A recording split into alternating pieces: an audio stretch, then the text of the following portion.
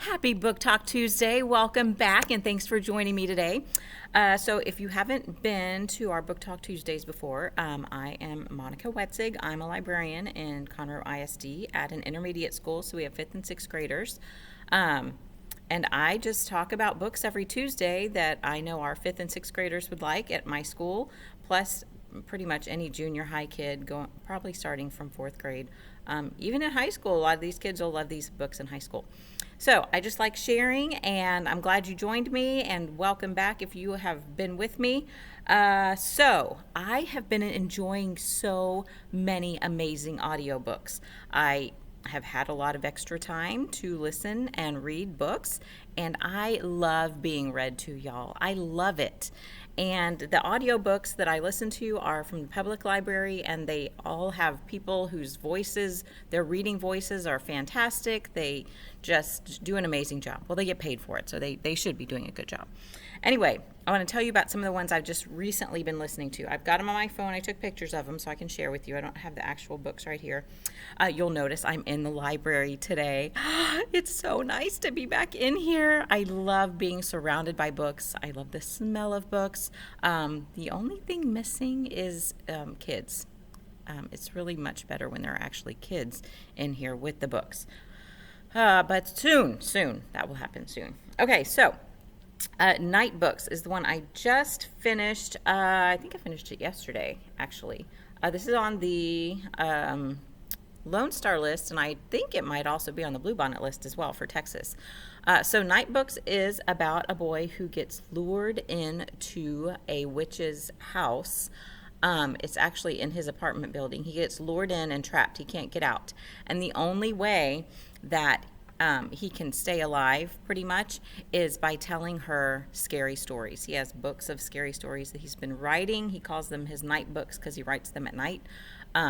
He thinks he's weird because he just likes scary things, and he's not into sports and really anything else except scary stories. So that's how he's staying alive, and he is trying to figure out a way to save himself and another girl that he meets that has also been taken, and this witch doesn't want them to get free, of course. So Nightbooks by J.A. White.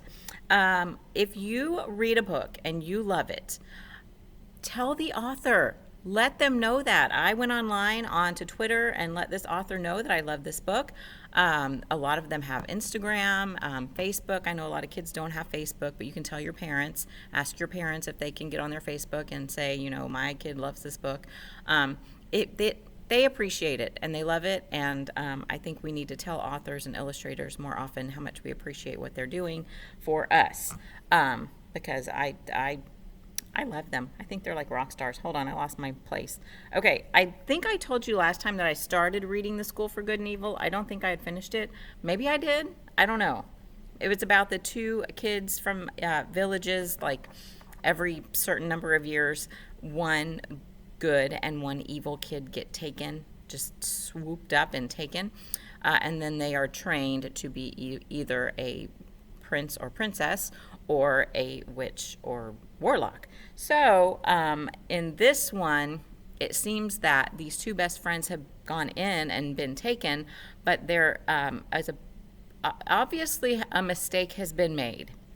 A mistake or two-ish have been made about who has been selected and who is put into what house. So it was so good, y'all. I might have to read the next one in the series, and I don't do that very often. So I am excited about The School for Good and Evil. Something to say, I don't know if this book actually came out yet. I was very fortunate to get the advanced reader copy, the digital copy of it. So I read it on Mr. Wetzig's Kindle, which was I don't normally do, but I really enjoyed it.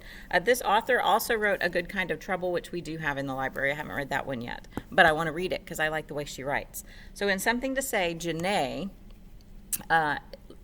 doesn't really have any friends. She doesn't mind that. She likes just to be invisible and blend in with everything else. She gets nervous if she has to speak or say anything in front of anybody. She wants to eat lunch by herself. There we go. Something to Say. She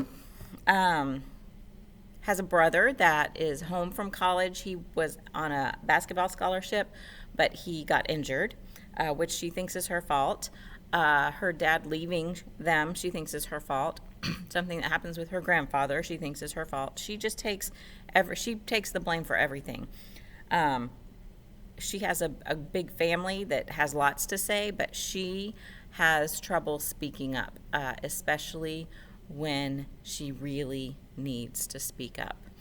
She finally meets somebody who could be a really good friend, but she is not allowing that person to enter her life in a way that friends would. And we need friends, y'all. We need friends. We cannot live in this world without our people, our tribe, not just our family. We need good friends in our lives, people that are going to support us and cheer us on and just be there for us no matter what. So that was a great book. I'm so glad I got the chance to read that ahead of time.